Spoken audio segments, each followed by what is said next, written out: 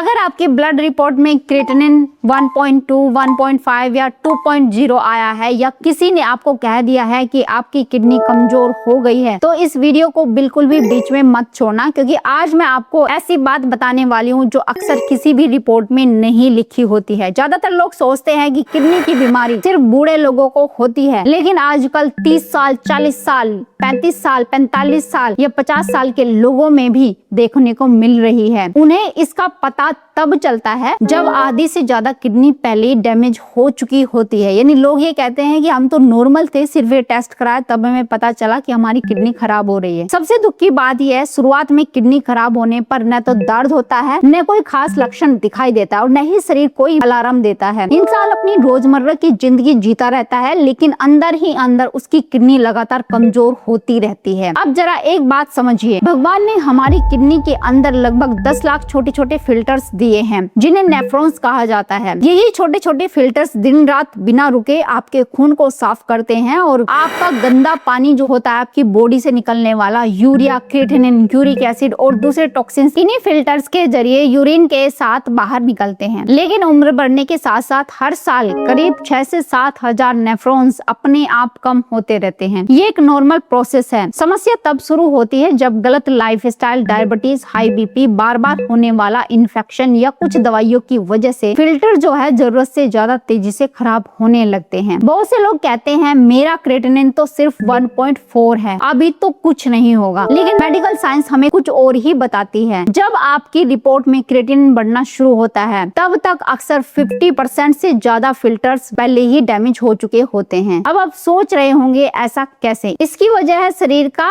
एक कमाल का सिस्टम जिसे कंपनसेटरी मैकेनिज्म कहा जाता है। मतलब जो फिल्टर्स अभी भी बचे हुए हैं, वे पहले से लगभग दोगुनी मेहनत करने लगते हैं। वे लगातार ज्यादा खून साफ करते रहते हैं ताकि आपकी रिपोर्ट ज्यादा खराब ना दिखे। इसलिए कई बार ब्लड रिपोर्ट काफी समय तक लगभग नॉर्मल आती रहती है, जबकि अंदर से किडनी धीरे धीरे कमजोर होती रहती है। यही वजह है सिर्फ सीरम क्रिएटिनिन देखकर किडनी की असली हालत का पता हमेशा नहीं चलता है। अगर आपको सच में शुरुआत में ही किडनी की बीमारी पकड़नी है तो 2 टेस्ट बहुत ज्यादा काम आते हैं। पहला है यूरिन ACR यानी एल्ब्यूमिन क्रिएटिनिन रेशो। ये टेस्ट बताता है कि आपकी किडनी का फिल्टर कहीं प्रोटीन तो लीक नहीं कर रहा है, क्योंकि शुरुआत में अक्सर एल्ब्यूमिन यूरिन में आना शुरू हो जाता है, जबकि क्रिएटिनिन अभी भी लगभग नॉर्मल हो सकता है। दूसरा टेस्ट है सिस्टेटिन C आधारित EGFR। ये टेस्ट कई मामलों में किडनी की फिल्टर करने की क्षमता का ज्यादा सही अंदाजा देता है और शुरुआती स्टेज में गिरावट पकड़ सकता है। अगर बीमारी बहुत शुरुआती स्टेज में पकड़ में आ जाए तो सही डाइट, सही लाइफस्टाइल और डॉक्टर की सलाह के साथ कई लोगों में किडनी के फंक्शन को लंबे समय तक सुरक्षित रखा जा सकता है। तो चलिए आगे क्या करना है जानते इस वीडियो में। शुरू करते इस वीडियो को। हेलो फ्रेंड्स, मैं सुमन चौहान, सर्टिफाइड डाइटिशियन, न्यूट्रिशनिस्ट, आपकी फिटनेस ट्रेनर। मेरे चैनल देसी इलाज में आपका स्वागत है।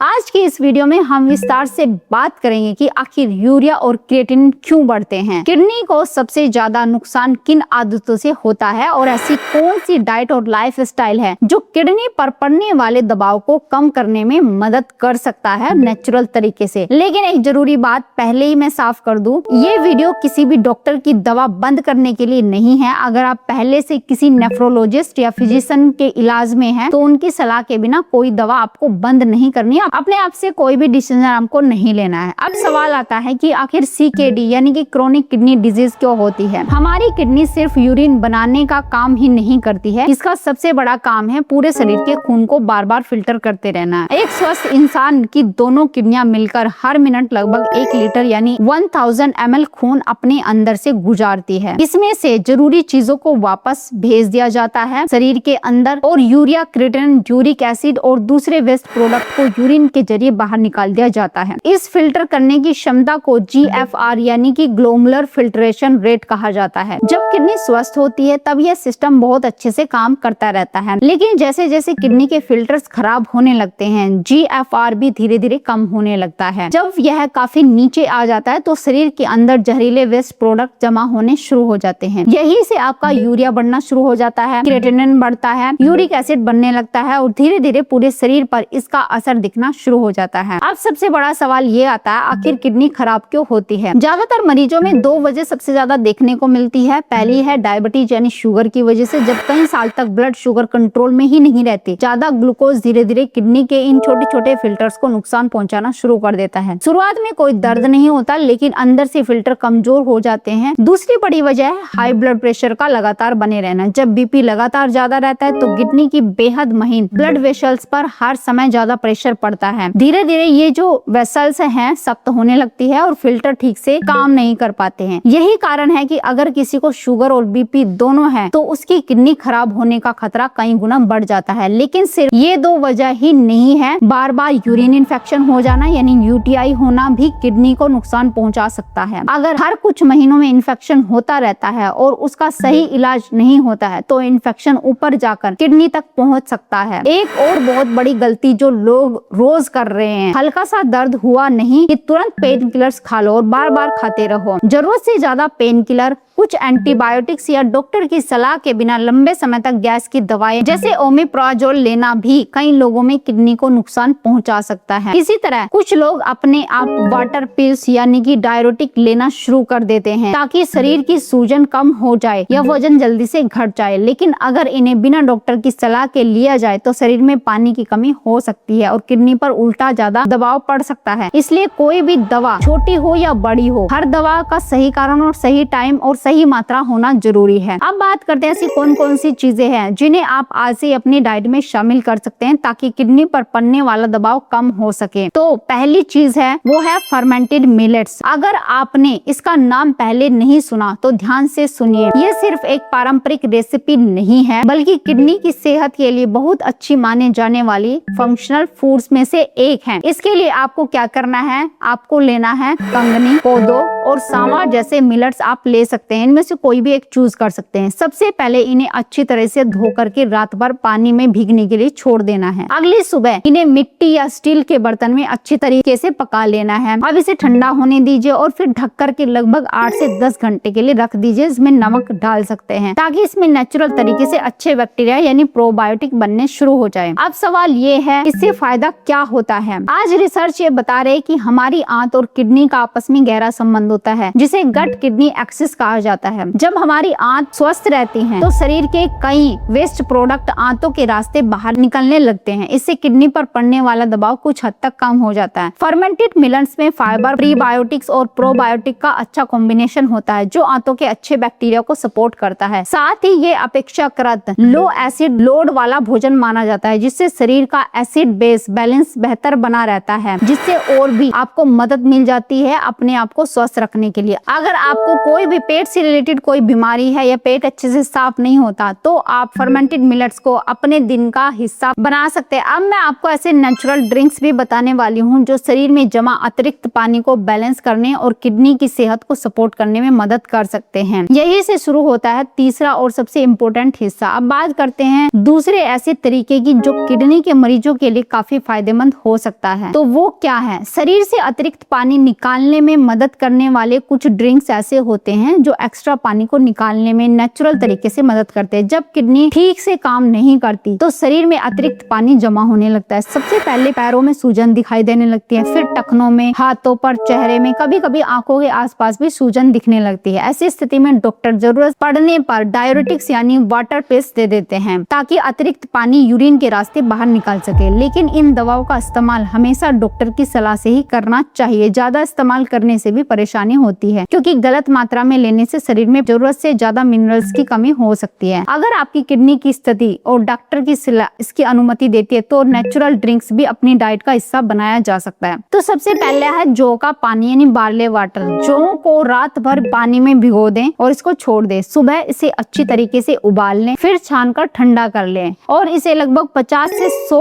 ml तक आपको लेना है और गुनगुना सिप सिप करके पी लेना है। दूसरा है कॉर्न सिल्क टी यानी भुट्टे के जो रेशे होते हैं उससे बनी चाय आप ले सकते हैं। बहुत कम लोग जानते हैं कि भुट्टे के ऊपर जो सुनहरे बाल होते हैं उनमें ऐसे प्राकृतिक तत्व पाए जाते हैं जिनका उपयोग कई देशों में पारंपरिक रूप से यूरिन फ्लो को सपोर्ट करने के लिए किया जाता है। इसके अलावा स्टिंगिंग नेटल टी और हिबिस्कस टी पर भी कई रिसर्च हुई है। कुछ शुरुआत अध्ययनों में ये भी देखा गया है कि शरीर में ऑक्सीडेटिव स्ट्रेस कम करने और किडनी की सेहत को सपोर्ट करने में भी मदद मिल सकती है। अब कैसे इनकी चाय बनाना है, जो चीजें मैंने 2-3 आपको बताई है, तो आपको क्या करना है, 1 से 1.5 कप पानी ले लेना है। इनमें से कोई एक आपको पानी में डालनी है और उसको अच्छे से उबालना है। जैसे आपको मैंने भुट्टे के ऊपर के जो रेशे बताए थे उसको पानी में अच्छे से उबालना है। इतना ले लेना है कि आपके हाथ में इतना आ जाए, तो उसको उबाल करके आप इसको ठंडे होने देना है और उसको छान करके आप कम से कम 2 समय इसका पानी ले सकते हैं। आपको ऐसा नहीं करना है कि इसको उबाल के पहले ही रख लें और फिर दिन भर पीते रहे। आप इसको ताजा ही बनाएं और ताजा ही पिए। इस तरीके से अदर जो मैंने आपको पत्तियां बताई है उनको भी इसी तरीके से उबाल कर लिया जा सकता है। अगला इंग्रेडिएंट है अदरक। अगर आप अदरक को पानी में उबाल कर दिन में 1 या 2 बार लेते हैं तो जो एक्स्ट्रा फ्लूइड आपकी बॉडी में रुका हुआ है उसको निकालने में आपको मदद मिल जाती है। अगर आप इसका स्वाद बढ़ाना चाहते हैं तो उसमें नींबू या